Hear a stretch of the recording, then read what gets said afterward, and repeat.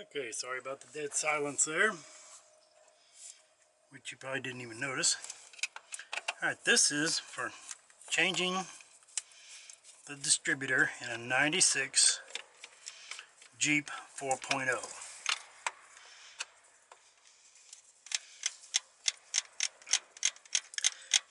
And I know a lot of people go way out of their way to do this, and they just overcomplicate things. Take out your two screws, distributor cap, unplug the distributor itself. What you're going to need is a Phillips screwdriver, a Sharpie, a 13mm wrench or socket to get to the bolt right down there. But the key to doing this, the easiest way, unplug the coil wire, which I already forgot to do. Bring the cap up, flip it over, upside down. Just hook it into the cables. Main thing is just get it out of your way. Now, see where this is pointing? It's actually pointing right to the edge of this little tab sticking up. I hope you guys can see that. See if I can move the light a little bit. There. That little tab. It's right where that distributor rotor is pointing. Now, what I'm going to do, once I get this cap locked out of my way, there we go. I'm going to get our 13mm.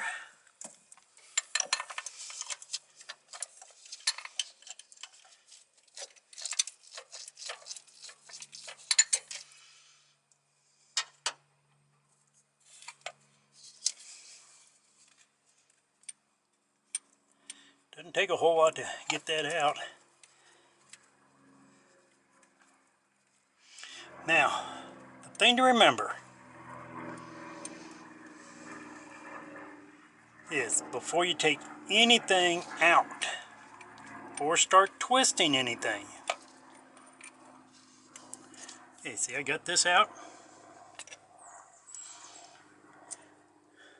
I'll lay that off to the side. I'm going to take my Sharpie. I'm going to mark this right here and the distributor itself. That's going to be our reference for when it's down. We're going to also mark it, and this is the tricky part. It's not that hard. Lift straight up, don't twist, and watch where the rotor turns. In this case, it turns right to the edge where the pickup coil wires are. So you transfer that to the side of the distributor and lift it out. This is really a no-brainer.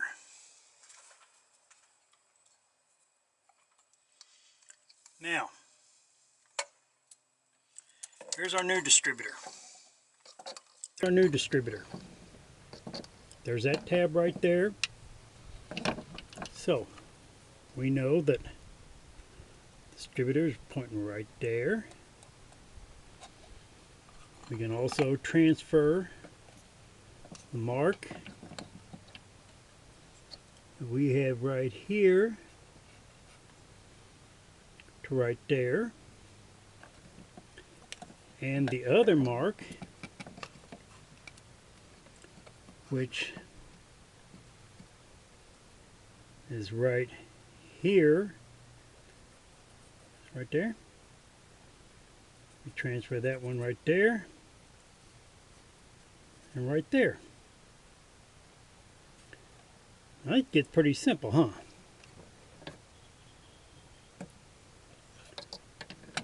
Need to pull the rotor off. Notice it's pointing this direction. So we want to turn it around to the same place.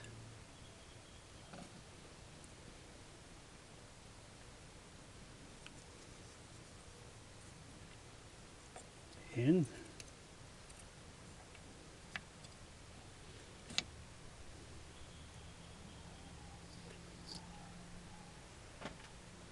it goes down there like that.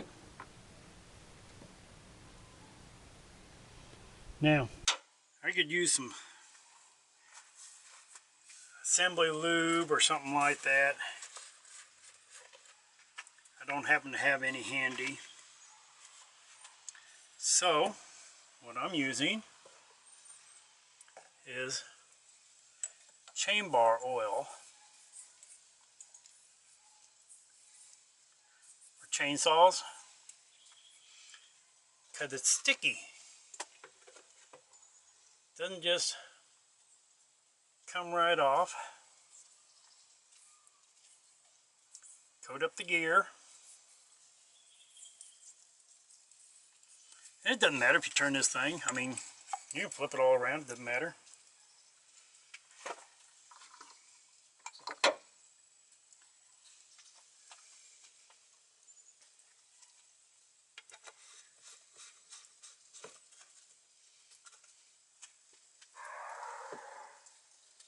The one thing I have to do now is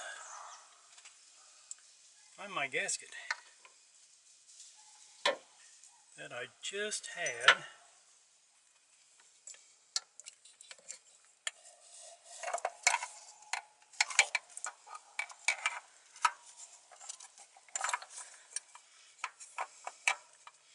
Now, can you see this ear right here? That's where the bolt goes. That will go down the same place. Before I try to put this thing in, I'm going to find that gasket. So, these aligned fairly close to where they're supposed to be. And then, take your distributor and point it right where you made your line at.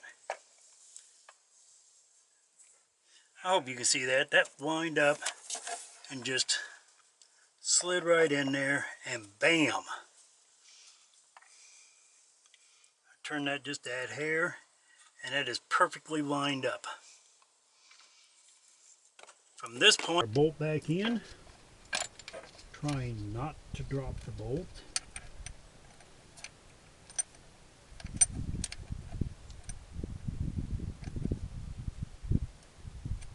And you know, this works on any distributor. If you got something that's running, or you know that the shaft isn't broke off on it, and you need to change the distributor, or you need to pull the distributor for some reason, you know, to change the pickup coil or whatever, you know, depending upon what you're working on.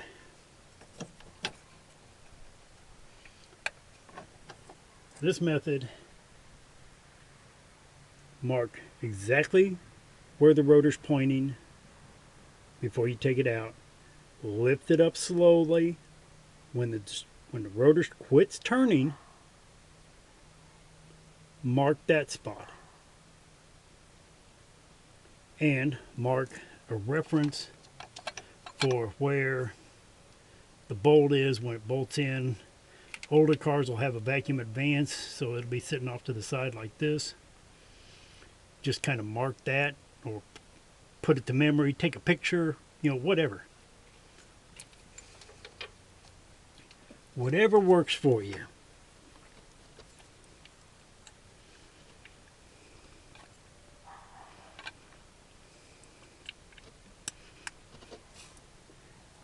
And now that I've got the light out from in front of the other camera, I don't know how much of that we missed, but there's the bolt. Out from in front of the other camera, I don't know how much of that we missed, but there's the bolt. This was the mark where I first put it in. This is the mark where it stopped after I installed it.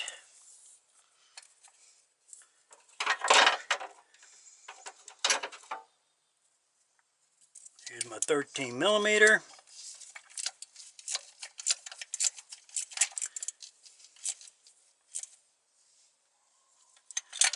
Voila, nothing drastic on that. Take your cap.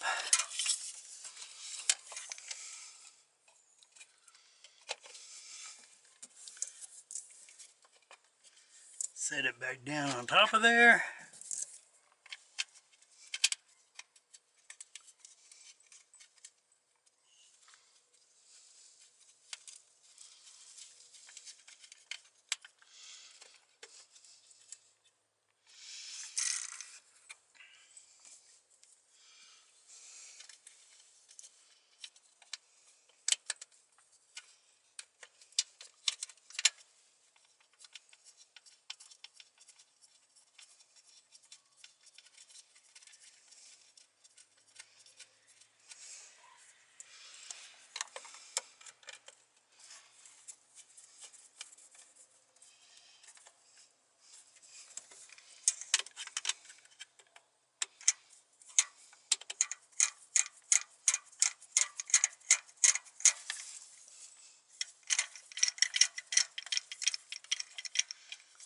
And just to show this works, I'll have to move this camera because it's sitting on the belts. There's one camera at least. I will move you over here.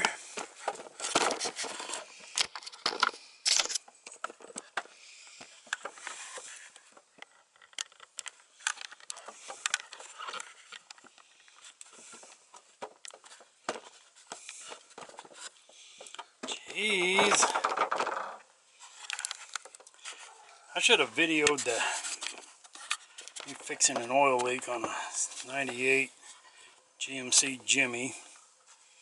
It was leaking where the oil cooler lines go into the radiator. That was the line that I took loose for the put the cap on. Alright. Our coil is plugged in. Let's see if it starts.